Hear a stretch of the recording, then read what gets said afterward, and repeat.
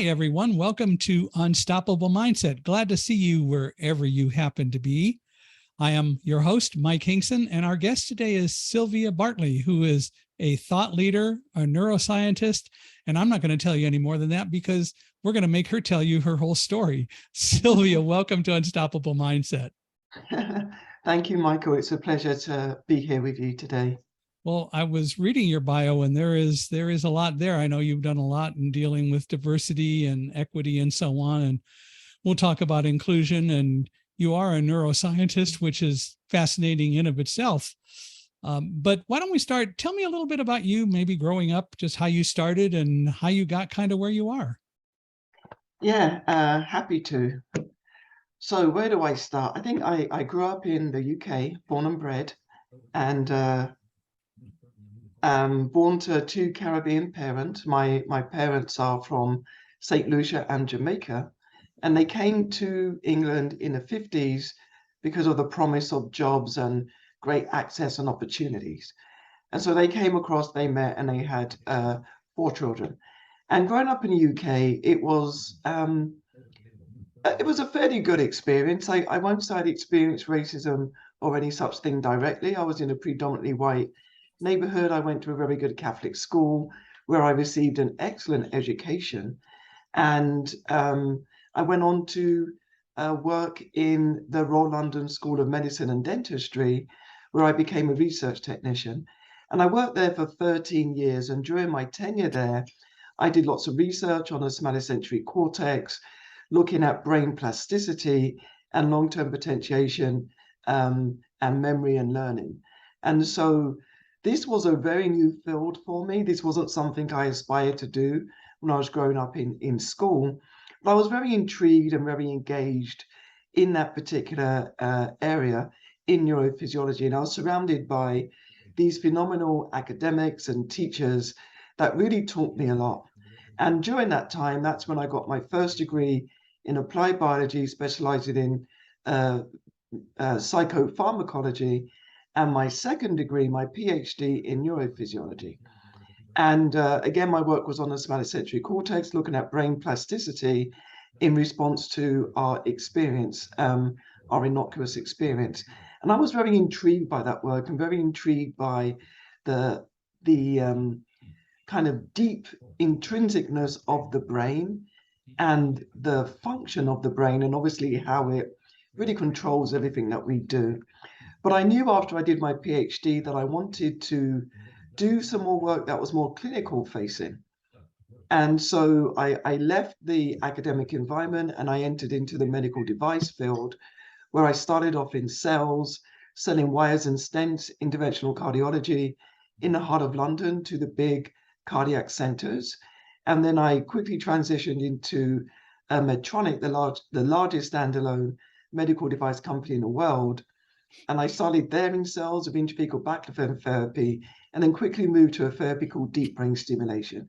And there I was in heaven, because that really married the work I did in kind of basic clinical science and medicine to the clinical application. And with this therapy, it was approved to be used for patients with Parkinson's disease, dystonia, essential tremor. Now it's for epilepsy, OCD, and there's lots of research not approved yet in clinical depression and other areas. So very taken by that therapy. And my work was literally to go to different hospitals that did deep brain stimulation and train the neurosurgeons and the neurosurgical teams how to do the DBS procedure, in particular, how to use the advanced technologies that Medtronic brought to this particular therapy. So it was a really fantastic job. It took me to many ORs. I met, the fabulous surgeons, the great minds out there doing the work. And in addition to that, I met loads of patients and their families, particularly patients living with Parkinson's disease, and really got to understand their pathway and their experience, and how this therapy really helped to alleviate their symptoms so it could improve their quality of lives. And that role took me across the United Kingdom, and then, it expanded to Western Europe. So every day I'll get up and I'll get on a plane to a different country, a different hospital, a different neurosurgical team, and spend the best part of my days in the OR during the DBS procedure, working with the neurosurgeon and their teams to make sure we disseminate those best procedural practices using the technology. And one of the things I loved about that particular role is I could use the electrophysiological experience that I had in the medical school doing these single cell recordings in vitro, and do that literally on patients with Parkinson's disease to identify the brain structures in order for the physician to locate the lead in an accurate location. Well, tell me a little bit more, if you would, about deep brain stimulation. What is it? What do you do? And just kind of help us understand a little bit more about that, if you would.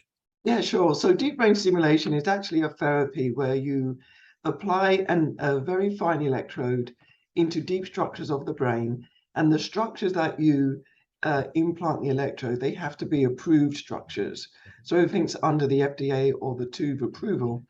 And you apply chronic stimulation via an implantable pulse generator that's implanted under the skin in the clavicle area, and it's connected by these electrodes and extension cord into that deep structure of the brain. So it's an internal system. It's a medical device that is implanted into the patient, and it stays in there. And basically, you control the device and the amount of current that you apply through the electrodes, through the battery, through telemetry. And it's been around now for over 35 years. It's proven, particularly in the area of Parkinson's disease. As I mentioned earlier, it's used in other therapy areas, but it really does alleviate the symptoms of these movement disorders. And these movement disorders, they're kind of neurodegenerative, i.e. they get worse over time, primarily, not everybody, but most people. So you have the ability to adjust the settings remotely via telemetry to make sure you're applying the right stimulation.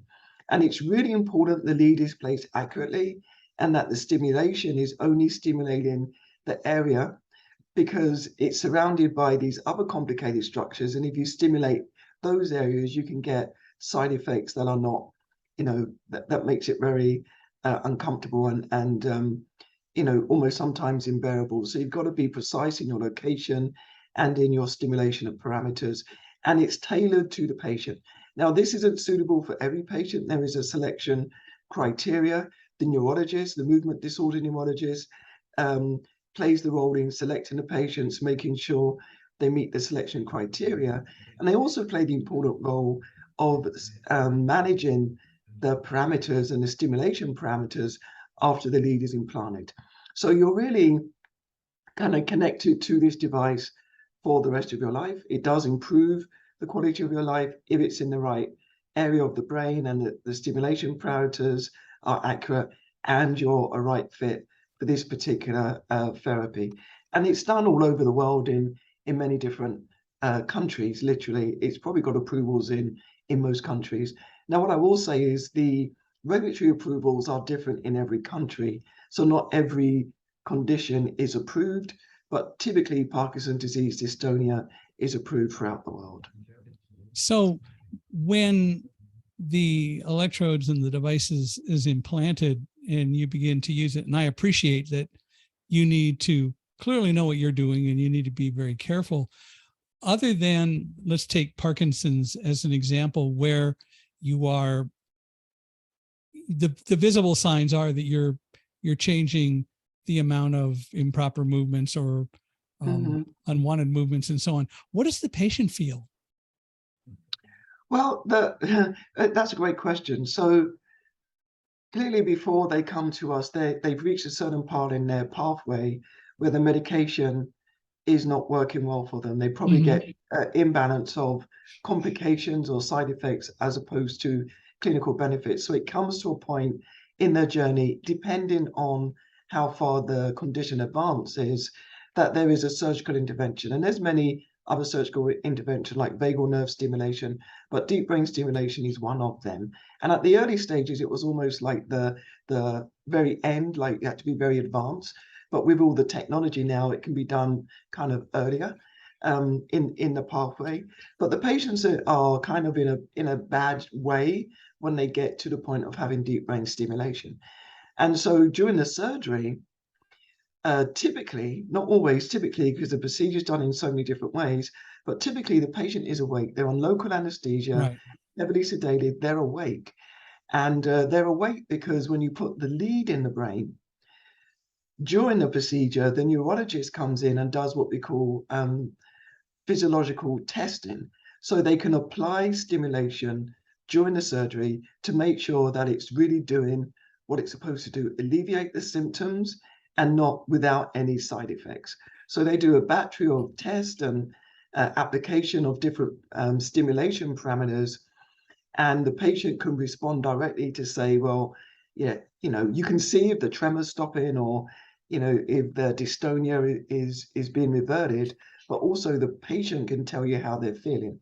Or And so they can say things like, and I don't know that you're anywhere near the part of the brain that does that, but you can say things like, I'm hearing a high pitched tone, or I'm hearing a noise, or I'm hearing music, which, as I said, may not be anywhere near where you're talking about. But the point is, and I've heard about that before and read about it before, where many times during operations involving the brain, the neurologist would be asking a patient exactly what they sense, because in part they're mapping different parts of the brain, but they want to make sure that they're either getting the results that they want, or they discover something new, which is always helpful.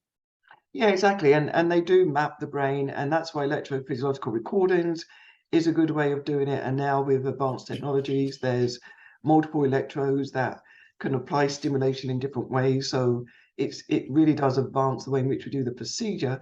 But you're absolutely right. They do the mapping, they make sure they don't get any side effects. For example, your vision, you're near the areas in the brain that is related to your optic nerve, and you want to make sure that they're not getting any double vision, or their eyes are not moving towards their nose. And sweating is another one.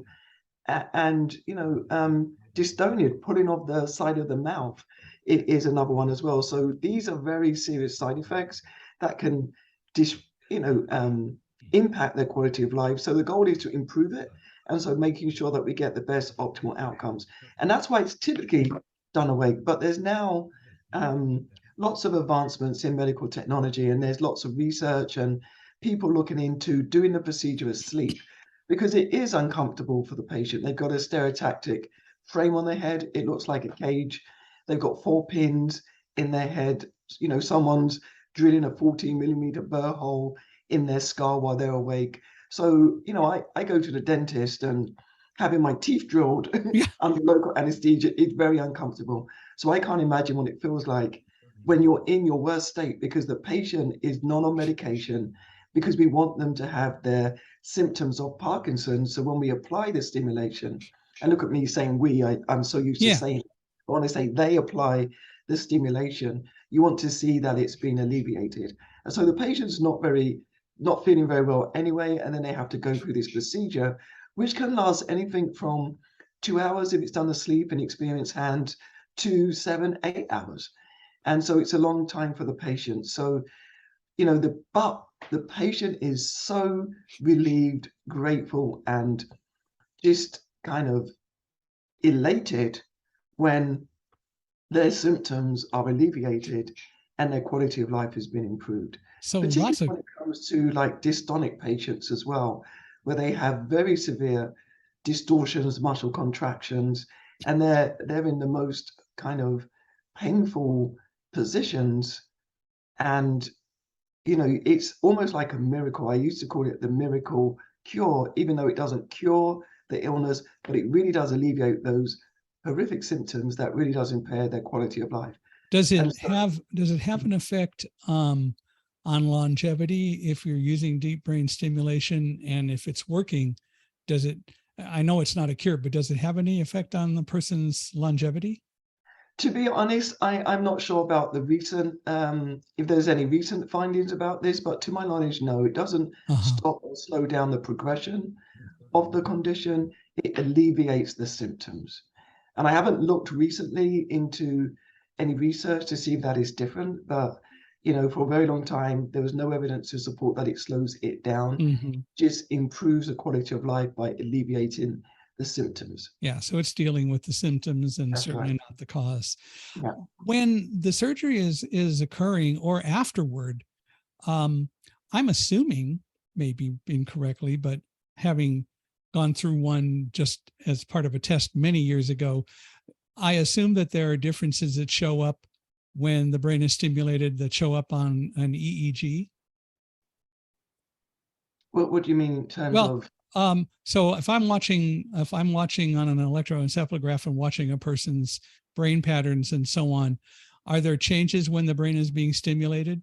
Can you tell anything from that, or is it strictly by watching the patient and their symptoms disappearing or going away to a great degree? Yeah, so primarily it's watching the symptoms disappear, Okay. right? But then secondarily, there are new technologies where we look at local field potentials, and the electrode is connected to an implantable pulse generator that has the ability to sense and monitor brain waves during the chronic stimulation. And again, this is called local field potentials and sensing. And the idea there is hopefully to identify when you can stimulate as opposed to applying chronic stimulation to do many things. One, if you can anticipate or identify a marker in the brain, and if you stimulate to reduce that marker, you can reduce the symptoms. And so it's almost like a closed loop system. And that would also have an impact on the battery life, because one of the challenges of deep brain stimulation is you've got to, obviously it's driven by a battery, it's an implantable pulse generator. We want to make it as small and but as powerful as possible to have clinical effect. And so battery life and longevity is something that's constantly being looked at. And this is a way of reducing the battery. We have rechargeables now, but still after a period of time, like 9 or 10 years, you still have to replace the implantable pulse generator because the battery, life Yeah. needs to be replenished or changed in one of a, not replenished, but you need to change the battery because there's no guarantee that it can recharge at the rate that it could before.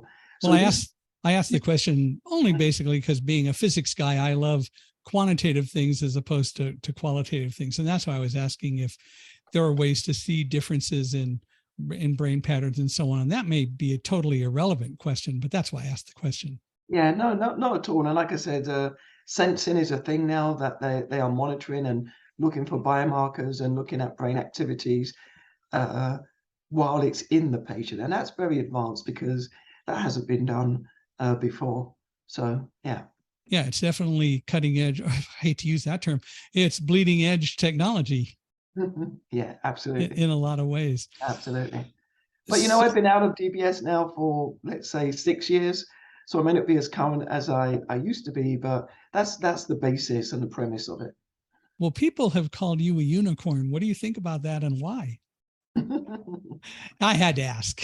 I know, and I love that question. And I think well, what they tell me I'm a unicorn is that I have this very diverse background. There's not many people like me that can uh, talk about deep brain stimulation at the level that I do, and I have that technical experience and reputation that I did globally to be that DBS expert.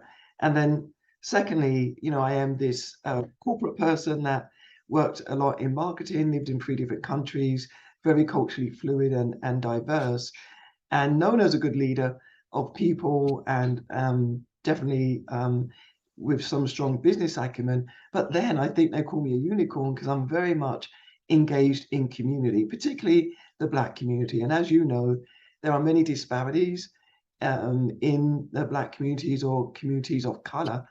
And I'm kind of driven, it's just within me to really work and use the skills and connections that I have to help create conditions that everybody thrives in communities, no matter who they are, the conditions they were born into, and their circumstances. And I really live that out. I really work hard in communities voluntarily to really advance equity, whether it's education, health, or economic wealth. And I do that very seriously. And I think that's really given me a reputation of being a community leader, particularly in Minnesota, in the Twin Cities, where I lived for 9 years. I love Minnesota. I love the community. And I really love working in the Twin Cities community to advance equity, because the Twin Cities has one of the largest disparities when it comes to all of those social determinants of health. And for many years, it was ranked the second worst state in the country for African Americans to live, based on the disparities in those social determinants of health. So there is a knowledge and an awareness and a propensity and willingness of many people from diverse backgrounds to come together to try and solve that, to make Minnesota a great place for everybody to live, work, and play. And so really got engaged in that arena. And I think that's what really got me my reputation of being not just a corporate leader, but a community leader, and very passionate about doing that work. And I've also heard that people find it difficult to do both. My job was very demanding. It was a global job. I literally traveled globally, even when I was doing philanthropy. But when I came back home, just getting seriously engaged in the community and doing it at a serious level, and being very impactful at it. And that's why I think people call me a unicorn, because I have this passion for community, particularly advancing the minoritized communities, together with, being a corporate leader and doing that well. And that's my understanding why people call me a unicorn. But also, I think I don't fit into a box, right? When you look at my resume, you say, well, there's a lot on there, 'cause I've done a lot, but they're all very different. I've got this passion for emotional health. I've got this passion for neuroscience. I've got a passion for community. I've got a passion for philanthropy.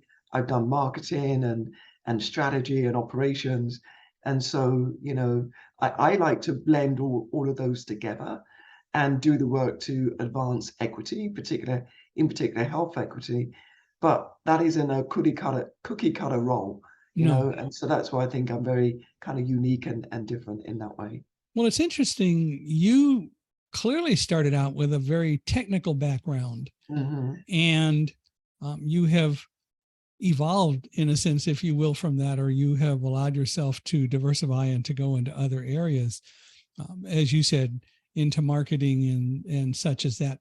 How did that come about? Because you clearly had carved out a great niche in a lot of specific technical ways, and you clearly have a great technical knowledge. And I'm a great fan of people who can take knowledge from one arena and use the skills that you learn from that elsewhere, like from being very technical. My master's degree is in physics, and I started out doing scientific things, and then through circumstances went into sales. So I appreciate where you're coming from, but how did you make that transition, or how did you add that to what you do, maybe is a better way to put it? Yeah, I think I just want to go to path and purpose. I think it was just my path, and I was open unconsciously in following my path, because I really did not have like a 5 or 10 year career goal to say this is my trajectory. But what I did have was passion and love for certain things. And I love neurophysiology. I love working with physicians. I love being in a clinical setting, and I love working in a business environment as well. And I love teaching. When I was in the academic institution, I did a lot of teaching. The roles I did initially in the medical device industry was teaching. They called it a sales rep role, but when you're working with therapies in medical device, you're teaching people a lot about the therapy, a lot about your devices, the science behind your devices, and you're bringing people together. You're holding meetings, and in order to be an expert, you're constantly learning, and then you're also teaching. And so, what I was doing, the kind of technical role, I was also very strategic in that, just imagine I was traveling around, let's just say Western Europe at this point, different countries, and coming across different challenges in the procedure, and noticing, talking to my colleagues, that they had the same challenge, and we will problem solve together. And then every day there's a new challenge, right? So every day we went to a different procedure. Every day we learned something new, because there was a new challenge or something appeared that didn't happen before. And so in my mind, I wanted to go from a one-on-one teaching and improvement to how can I do this more strategically? So really thinking across Western Europe to say, how can we teach all these other folks that are also specialists in these areas about what we're learning and how to mitigate those challenges that we're having. So that transition for me, to being very technical with great experience, to being a leader of other technical people, where I put together trainings and programs for both staff that were experts and also physicians who were doing deep brain stimulation. So developed a program in Western Europe that's still alive and well today and scaled significantly with young neurosurgeons on how to do the DBS procedure. And so working with physicians from across Western Europe to develop this curriculum and execute it really well, that it's again serving and really helping to train hundreds of neurosurgeons. It just went from doing the technical to the teaching externally and internally, and then also being very strategic to say, how can we work to improve all of these challenges that we're seeing? And it came, with me moving to Switzerland to be the procedure solutions senior product manager for Western Europe, where I really took on this role, and it was very much more strategic. And that's how I got into marketing. I never did an MBA. I did some really great trainings with the Wharton School, marketing fundamentals, etc. But I never did a dedicated 2-year MBA, but I just learned through experience. And I had great exposure, great leaders to learn from, and it just evolved from there. In sales, what specifically were you selling? What product? Sales, so a variety of product, wires and stents, so interventional cardiology, stents and wires, and that was probably the hardest sell because it's a stent and a wire, and there was many companies out there, i.e. very competitive. And so, what differentiates yours from another? So I really cut my teeth on sales, selling that product in the heart of London that was highly competitive. Did you ever have a situation where you were selling and working with a customer, and I don't know whether this applies to you and what you sold, but did you ever have a situation where you discovered that your product might not be the best product for them? Or would that come up with what you were selling? I got to say no, because what we were selling now. So if I think about the wires and stent, no, because it's a wire and stent, and anybody that needed to have that procedure, they needed one kind. Now, clearly there were differences in sizes and the type of stent, but our stents were very applicable to most situations, as long as we had the appropriate sizes, this would work. Yeah. In terms of intrathecal baclofen and kind of capital equipment for deep brain stimulation, that was very specific to the customer and their needs. And I will say this on a podcast. I work for the best medical device company in the world. Well, of course. We have the best products, and I still stand by that. I believe our products are the best in the business, particularly when it comes to deep brain stimulation. We founded this therapy alongside Professor Benavid in Grenoble in France in the 1980s. We were kind of the founders of this therapy and a product. We had a monopoly for over 25 years. I'm not saying that makes us the best, but we got the great experience, the know-how and the technology. And I've got to correct myself. I keep saying we. I no longer work for this company, but I've been there for 20 years. So it's very hard to get out of that saying. So I just want to be very clear to the audience. This is my past role. I no longer work with them, but again, it was a long time. And I did DBS for about 15 years. So it's very near and dear to my heart. But I do believe they have the best product still today, and are doing exceptionally well alleviating those symptoms for those particular therapies. You raise a good point, though, but habits are sometimes not easy to break. It's been 21 years since I worked, 20 years since I worked for Quantum, and I still say we, so it's okay. Thank you. We understand. and I asked the question because we had products that I sold that were similar to products from other companies, but there were differences, and sometimes our products might not meet a customer's need, whereas other products had differences that made them a better fit. And I was just curious to see if you really found that, and it sounds like you didn't really have that kind of an issue. And so you had to sell in part based on other things like the reputation of the company, the quality of the company, and other things like that, which which is perfectly reasonable and makes perfect sense. Yeah, I mean, there's also the kind of referral side of this, and that's where the work is and the decisions almost are being done, where you have to identify the right patient for the therapy. And Yeah. then once that is done and the patient is selected, then it's which device, and at that point, our devices is suitable for all patients that need deep brain stimulation. Yeah. So you're going at it in a different way. You need to Yeah, find the exactly. people who it fits, and that makes perfect sense. Well, what really caused you to have well, let me ask you something else first. I'll ask this. I started it. I'll finish it. What caused you to have the drive and the passion that you have now for more of a social kind of connection and moving into more dealing with social issues, as it were? Well, as a well, let me put it this way. While I was working, doing all of this therapy, traveling the world, thousands of DBS procedures and working with lots of people, I didn't come across many people of color that were receiving these therapies for whatever reason. And it kind of strikes me as odd because it shouldn't be a therapy for the privileged, it should be a therapy for everybody.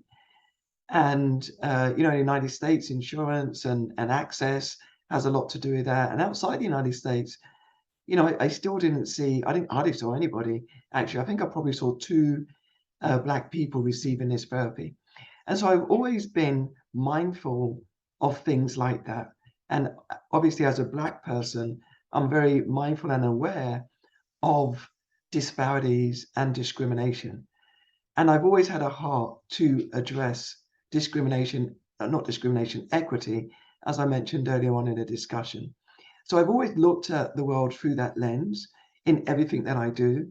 And I always try and do whatever I can to help or advance equity. It's just something that will never leave me. And so, even at the tender age of 27, when I was a single parent of two children, I got engaged in community. I became the chair of a large nonprofit that provided subsidized childcare for lone parents. And I did that because there was discrimination in their practices against people of color. And I really wanted to help advance that work by helping to develop policies and programs and a culture that, was for everybody. Hmm. And I worked with the NHS, the non-executive team voluntarily. I was a lay chair for the independent review panel, looking at cases where people complained against the NHS for lots of things, including discrimination, but that wasn't the only kind of topic. And it's just work that I continue to do. And when I moved to the United States, I just got deeply involved in that as well. So it came to the point after 15 years in one kind of area of expertise where I had my foot in both camps, a foot in the community, working with lots of nonprofits voluntarily, to doing the work in the corporation. And really, always wondering how I can marry the two, or should I cross over and go deeply into community work? And 5 years later, here I am. I've left the corporation and I'm taking a little bit of a break, but I really want to get back into working for a nonprofit close to community that is advancing equity, hopefully in health or around those social determinants of health. So it's just something that's been a red thread throughout my career and life. And I really want to double down on it now at this point in my career, this point in the world where everything is super crazy and polarized, and really do whatever I can and leverage my experience in healthcare, in community, in philanthropy to advance equity for everybody. So you mentioned NHS, and NHS is what? I'm sorry, NHS is a national health service in the UK. It's I the thought so, but I it's wasn't the sure. body that provides a health service where Yeah, you pay a nominal amount if you're working. I forget what the percentage is, but you pay a very tiny amount that comes out of your salary. You don't even notice it. And everyone has access to healthcare. got it, Everybody. got it. So when did you leave MedTech? I left MedTech at the end of June this year, Oh, 2022. recent. Just recent, yes. My gosh. So what are you doing now? Or are working for anyone, or you just took a break for a little while to recoup and reassess? Yeah, I've taken a little bit of a break. It's amazing how tired I've been. I've been working really hard globally for the last God knows how many years, 30 plus years. So just welcome the little bit of a break. Yes, I am looking for other opportunities again in the primarily in a non-profit space to do the community close to community work with I apologize here with advancing equity in minoritized communities, hopefully health equity.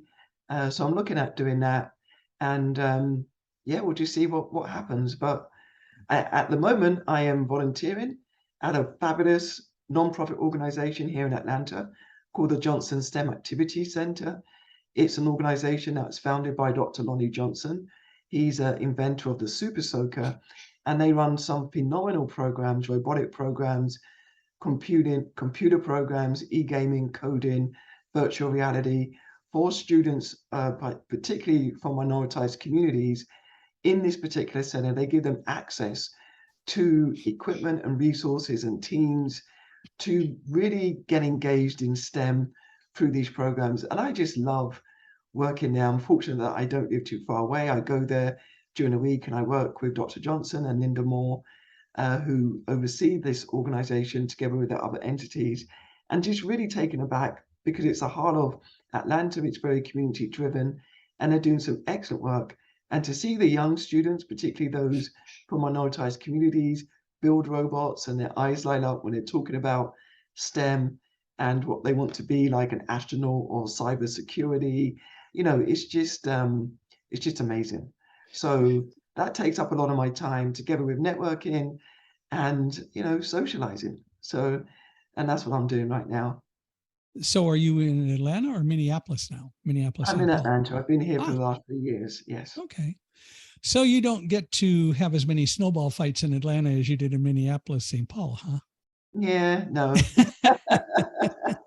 And it was too cold to have snowball fights, I Yeah. can assure you. Well, it's one of those subjects worth exploring. Well, I have to ask this just because I'm curious, and as you know from looking at me a little bit, dealing a lot with disabilities and so on. So with the organization that you're volunteering with, and as they're creating games and so on, do they do anything to make the things that they do inclusive, accessible, say for people who happen to be blind or low vision or have other disabilities? Has that been something that they've thought about or might be interested in thinking about? Because clearly, if we're really going to talk about inclusion, that's an area where we tend to generally as a society miss the mark. Yeah, absolutely. Inclusion, includes people with disabilities. It should. And yeah, absolutely. So at JSAC, I think we are set up for that. I don't know we have any students that fall into that category, to be honest, because there's anything from 5,000 to 10,000 students that pass through that center per year. But it's definitely something I will go back and ask them about. But I know the facilities itself is accessible for everybody. So Well, I again, don't know. accessibility from a physical standpoint From is a physical part of it. standpoint, Yeah. yeah, But then you've got the other issues like documentation and other things for a blind person, for example, to read. But the reason I bring up the question is a lot of times, and I'm not saying in any way that that's what you're experiencing, but a lot of times I hear when I talk to people about whether what they do is inclusive, well, we've never had blind students, or we've never had a person with this disability or that disability. And the problem is that's true, but which comes first, the chicken or the egg? Do you need to have the students before you make the inclusion happen, or do you make the inclusion happen and then tell people so that they will come? Because so often most of us just don't pay attention to, or even think about trying to pay attention to things where there isn't access, because we're just working hard to deal with what we can get some inclusion and accessibility out of. So the other things never really get our focus, and it has to start somewhere. And typically from my experience, it really happens best when somebody starts the process of making sure that there's inclusion.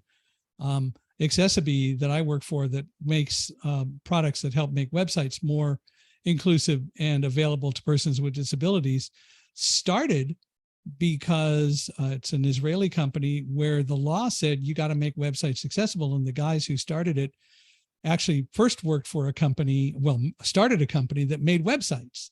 And then 2 years after they formed the company, Israel came along and said, you got to make all websites accessible. So then they started doing it. And the population of customers for accessibility has grown tremendously because people recognize the value of doing it, and it's not mostly overly expensive to do. But it really starts better there than waiting for the demand, because it should be part of the cost of doing business. Yeah, absolutely. I agree with you.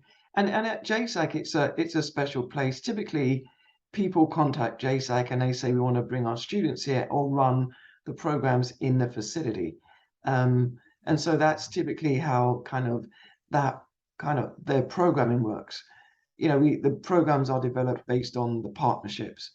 It is a smaller nonprofit, and we're trying to, we're currently going to go into a capital campaign so we can raise money to have staff. There's no staff there right now. It's all done by volunteers. And so, we really want to build the organization to have staff so we can do better programming, we can scale, and we can do more things that makes us more inclusive. Yeah. So yes, that's a really good point. And volunteers are the heart and souls of nonprofits, and often really do shape the mission. And then it's some of them become staff, of course, but it's up to the volunteers and the people to really shape the mission going forward. And that's an important thing to do. So I'm with you. Absolutely. So where is next for you? Do you have any notion yet, or are you just enjoying what you're doing and you're not yet overly concerned about some sort of way to get paid for what you do? Right now, there's a couple of irons in the fire. We'll just leave it at that.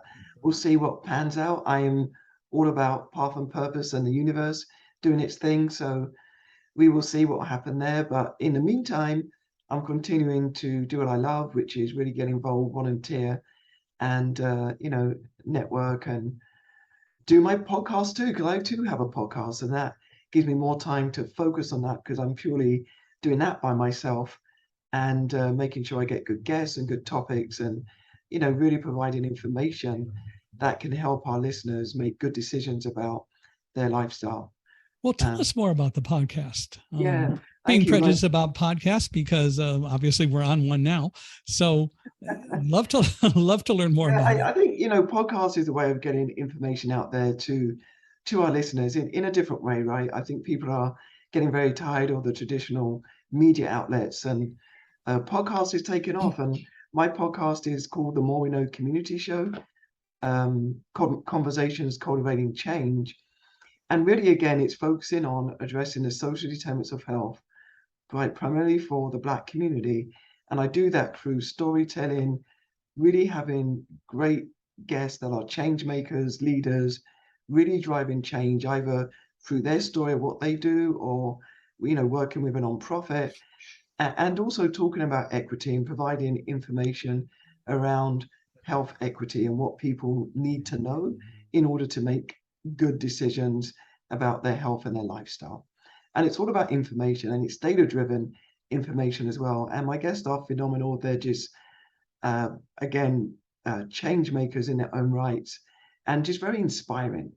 And so I use this platform to tell those stories, to tell their truths, to provide information. It's also a radio show in Minnesota on KMOJ 89.9 FM every Sunday at 12 noon Central Time. And so I got to produce this thing on a weekly basis. And so that takes a lot as well. So now that I am not working full time, I've got time to focus on that and to develop it as well. So that's what I'm doing, my podcast. Well, that's pretty cool. And you're having fun producing it and learning to be an audio editor and all those things? Well, I have somebody to edit it for me. I'm not going to attempt to do that, but I have to find my guests and obviously the content, and I review the editing, and I do the little marketing for it. So it's quite a lot, as you know, and I do it on a weekly basis.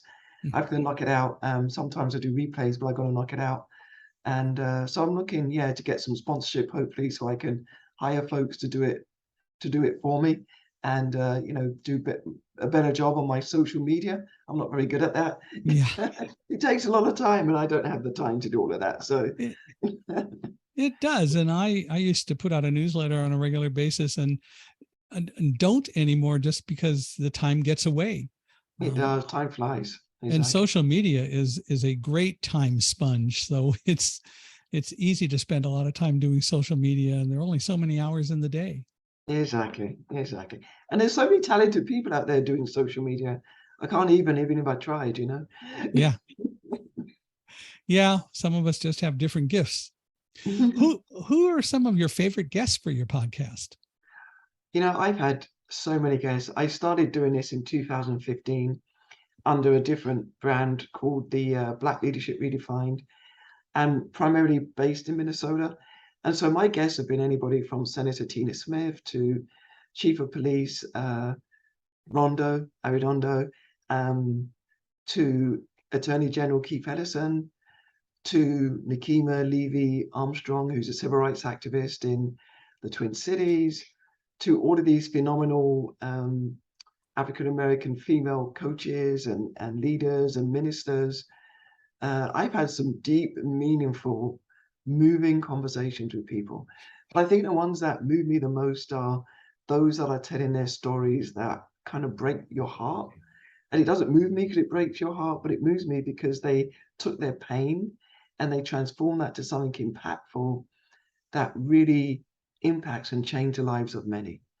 And typically there are people whose spouses or siblings or loved ones has been murdered um, through sex trafficking, or at the hands of the police, or at the hands of obviously criminals, and what they did with that to really start nonprofits and provide refuge and help and support for other people. Those stories really touch me the most, you know. Yeah. You have written a book, or how many books have you written? I've just written one. Just one so far. So far. That's enough. I think another one's brewing at some point. Well, tell me about your book, if you would.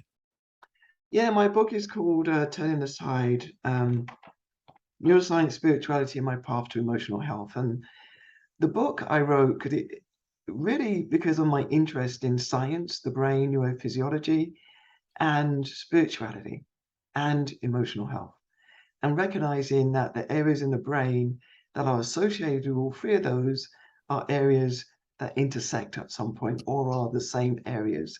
And so that got me, and then with my experience working in the field of Parkinson's and movement disorders with all of these wonderful experts from around the world, and what I learned in their presence and by attending seminars, I recognized that there was an intersectionality between these three. And then I took my own experience and wondered how I can use this information for the better, right? To help heal myself, someone living with depression, as well as helping giving back to community. And so I start the book off by doing a part biography so that audience could connect with me and understand where I'm coming from, but then going deep into, not really deep, but going into the science and making that connection and how we can use that to really help improve our lives and the lives of others. And there's a lot in there about volunteering and giving back to my community, because when I think about my living with my depression, at the time, it was pretty bad when I wrote the book.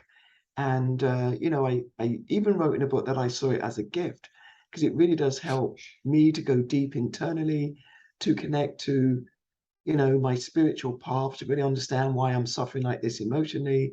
What am I supposed to do with it? And, how do I help other people? And it kept me, I don't want to say it kept me grounded, but it really did really get me to ask those deep spiritual questions, which has really helped me to evolve as a person, spiritually, emotionally, and physically. And so, the book really centers around that and how we can use that knowledge about intersectionality of all three to really help other people's lives as well. And then not to mention talking, excuse me, talking about depression is something not many people do, particularly those who are very visible and in senior leadership positions. But it was important for me to do so because I want to help normalize it. I want to get to a point where we can talk about depression and people stop saying that you're brave and you're being vulnerable and you're being very courageous, because there's a high percentage of people that live with depression and not many people want to talk about it because of the stigma and the shame that unfortunately is still associated with emotional health and mental wellness. So I'm doing my little part to help break that stigma and to get people to talk about it, because once you talk about it and you acknowledge it, in my situation, it was a first step towards healing. And I lived with depression undiagnosed for most of my life. Being diagnosed in 2017 when I published my book was just very cathartic, and it was a big weight off my shoulder because I didn't have to hide it. I didn't have to battle it behind closed doors. And for the first time, I got help. And then I could address it in a very mindful, holistic way that really has helped me. And I can proudly say today, I feel the best I've ever felt in my whole entire life, emotionally, physically, and spiritually. Is depression more of a physical or a mental and emotional thing? Well, it's a physiological.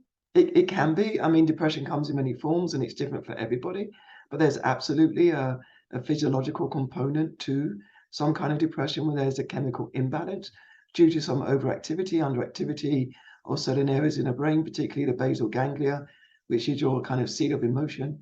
And so, you know, that's definitely one of the causes, but not many people know what are the real cause of people's depression, because it's different for everybody.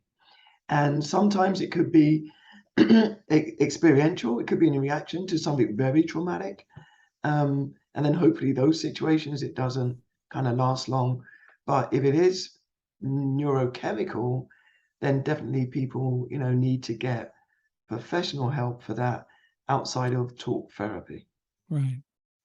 Well, in terms of spirituality, how does that enter into it? When you talk about spirituality, what do you mean by that?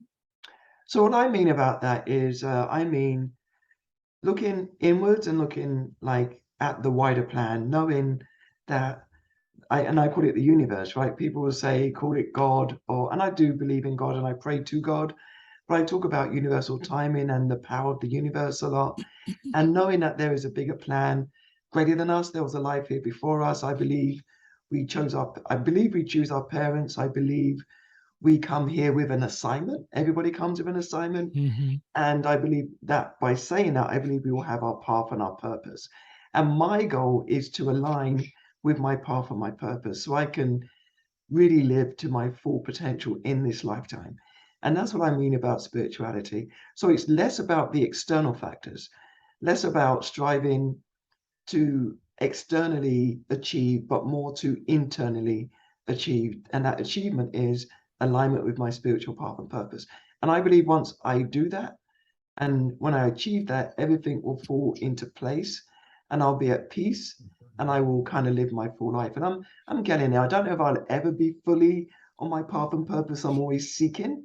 I call myself a seeker. I'm always seeking. I'm asking a question, but I feel I'm pretty much on track, and it feels good. And I know when I'm off track because it doesn't feel good. When I'm doing things that doesn't sit right with me, and is very difficult for me to do, and it's not what I'm supposed to be doing.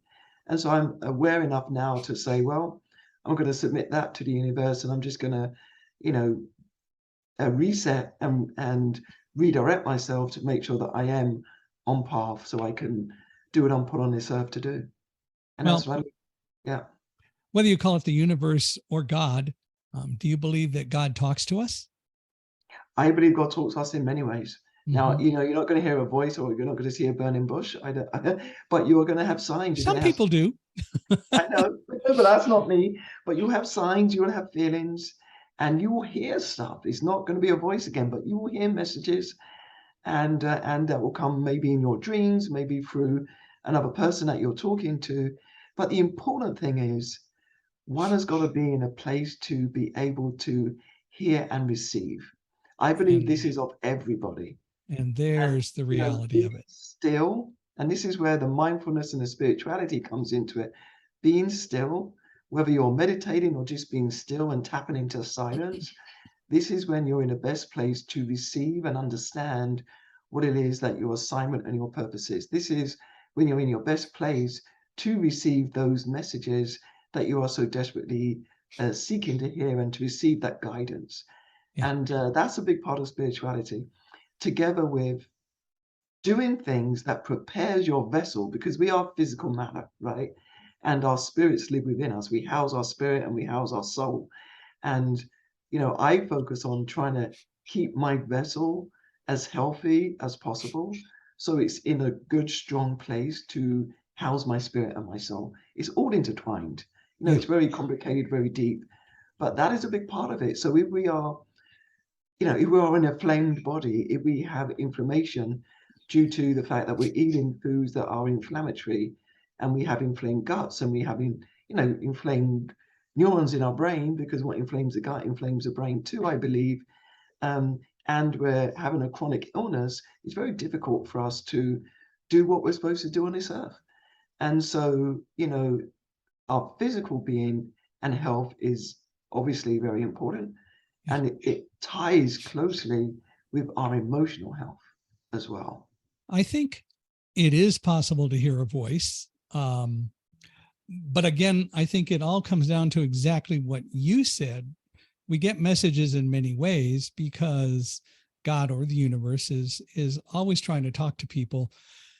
And I think we have oftentimes selectively and collectively chosen to ignore it because we think we know all the answers. And if there's one thing I've learned in 72 years, we don't necessarily know the answers, but the answers are available if we look for them. And I think that's really what you're saying, which goes back to being calm, being quiet, taking time to analyze.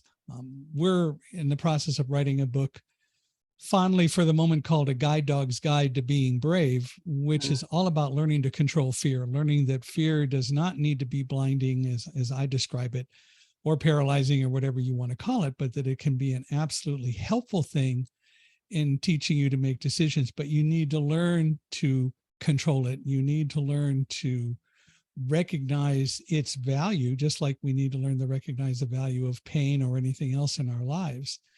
And in fact, if we do that, and we recognize what fear can really do for us by slowing down, by analyzing, by internalizing, we will be much stronger for it, and we're more apt to hear that voice that oftentimes people just call that quiet voice that we may not hear.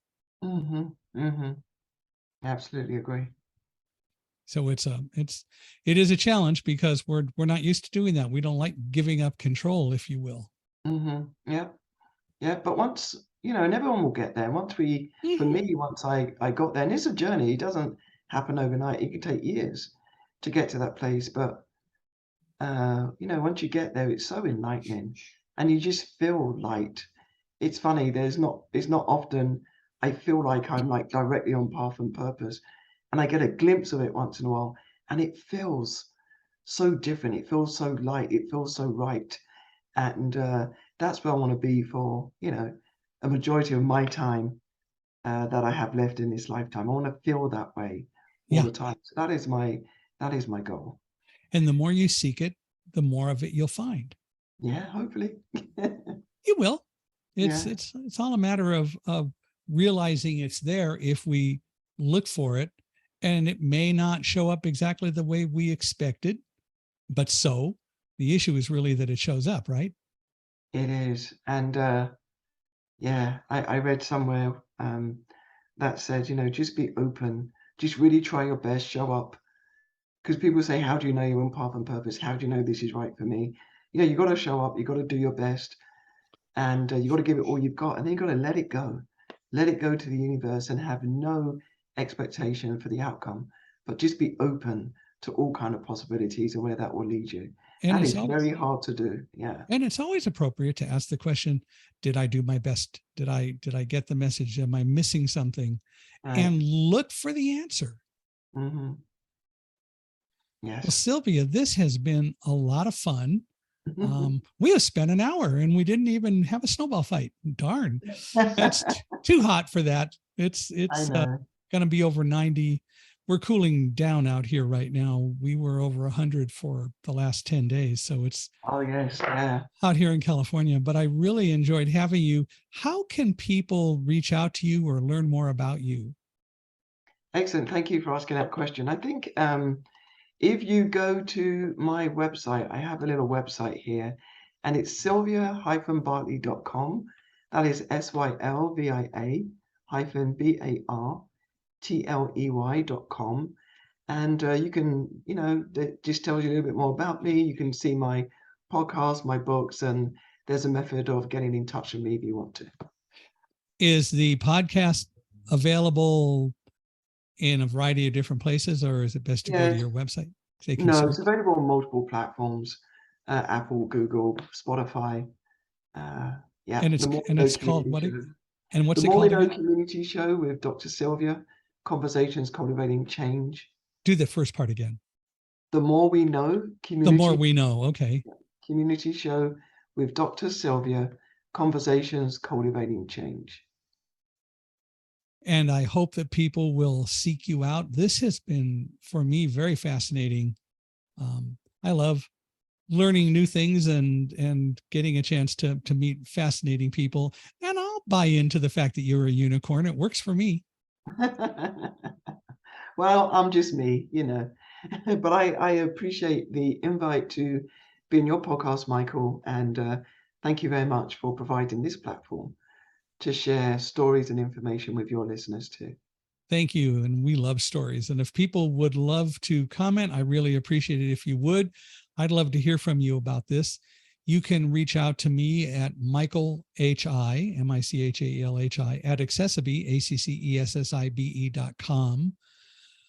Or go to www.michaelhingson, Hingson is HINGSON.com/podcast to learn about the podcast. And also you can find us wherever podcasts are available. If you happen to find us on the website, you can find us anywhere where you can do podcasts. Please give us a 5-star rating. We appreciate your comments, and your ratings there would keep us going. And any input that you have of people you think we should have on the podcast, would love to hear from you about that. We're always looking for more guests. And Sylvia, likewise, if you know people we should chat with, I would love your recommendations and suggestions. Excellent. Absolutely. I'll put some thought around that. Well, thank you very much one more time for being here, and we very much enjoyed our time with you. Excellent. Thank you, Michael.